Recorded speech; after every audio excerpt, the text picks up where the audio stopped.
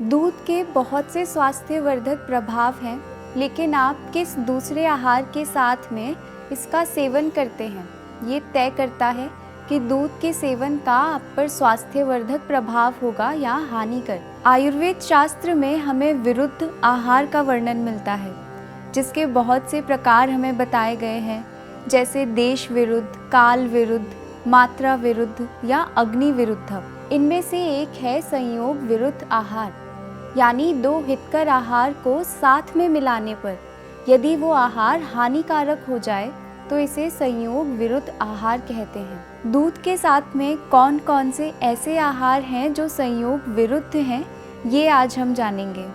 हरिओम। सात्विक जीवन में आपका स्वागत है। सात्विक जीवन के इस पथ पर मैं डॉक्टर नेहल शर्मा आपकी सारथी।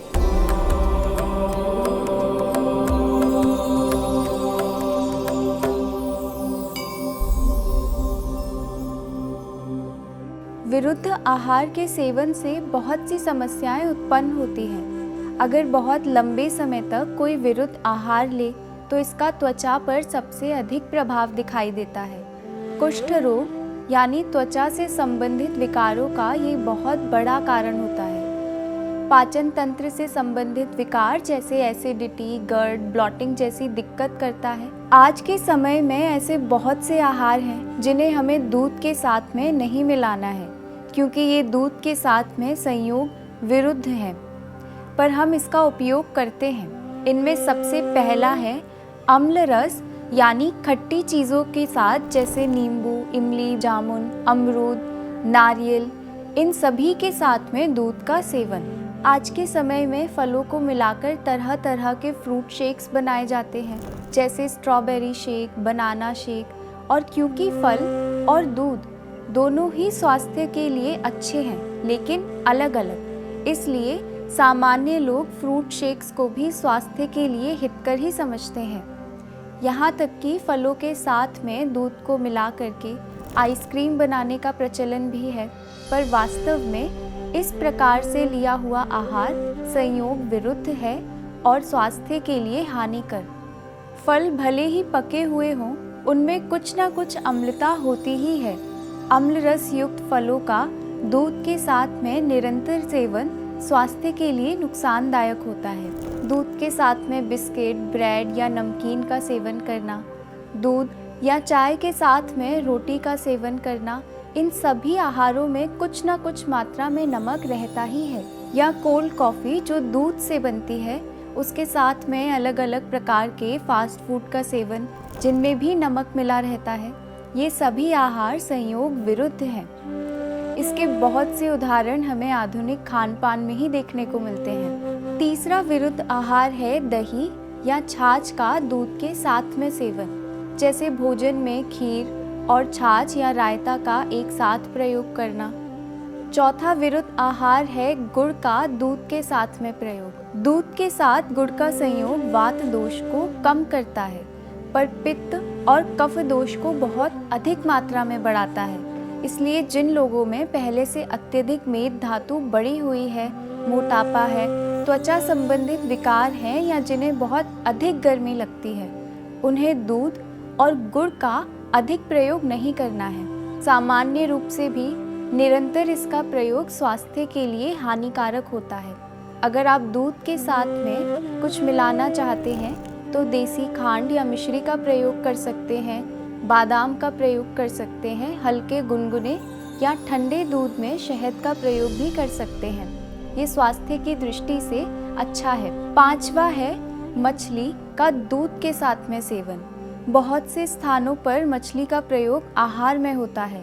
यदि ऐसे व्यक्ति मछली और दूध का एक साथ में प्रयोग करते हैं तो कुष्ठ रोग का, यानी त्वचा संबंधित रोगों का, जैसे सोराइसिस या एक्जिमा जैसी बीमारियों का ये बहुत बड़ा कारण होता है।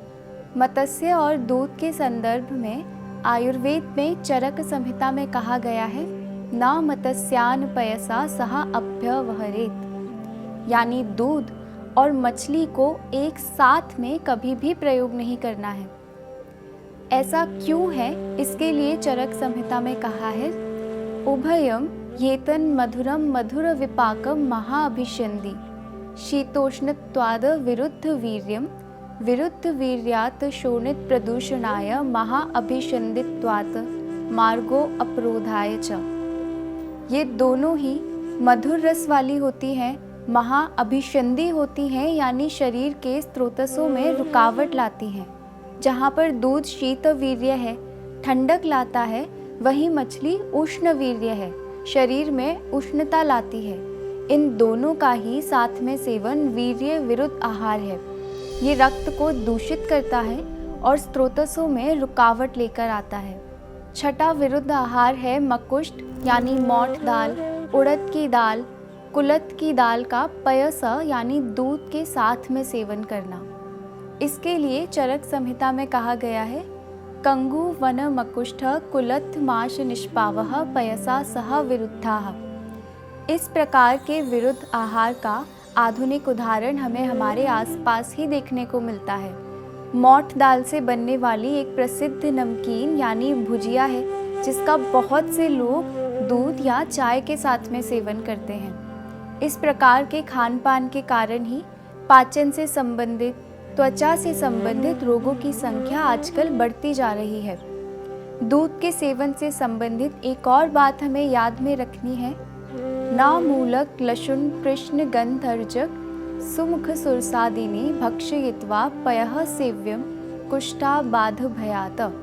यानी कि मूली, लहसुन, तुलसी और सहीजन, इन सब के सेवन के बाद में दूध का प्रयोग नहीं करना है। इससे त्वचा संबंधित तरह तरह के रोग हो सकते हैं। इन सभी प्रकार के विरुद्ध आहार के सेवन से ज़रूरी नहीं है कि तुरंत कोई व्याधि उत्पन्न हो, क्योंकि ये आहार शरीर में दोषों को प्रकोपित तो करते हैं, लेकिन कम मात्रा में। और धीरे धीरे इस प्रकार के आहार के निरंतर सेवन से टॉक्सिन्स शरीर में इकट्ठे होने लगते हैं और थोड़ी भी इम्यूनिटी कमज़ोर होने पर या रक्त को अगर ये अधिक दूषित कर दे तो hair fall, acne, eczema, psoriasis और अनेकों तरह की त्वचा संबंधित व्याधियां उत्पन्न होती हैं। पाचन शक्ति कमज़ोर होती है, फर्टिलिटी पर भी नकारात्मक प्रभाव पड़ता है।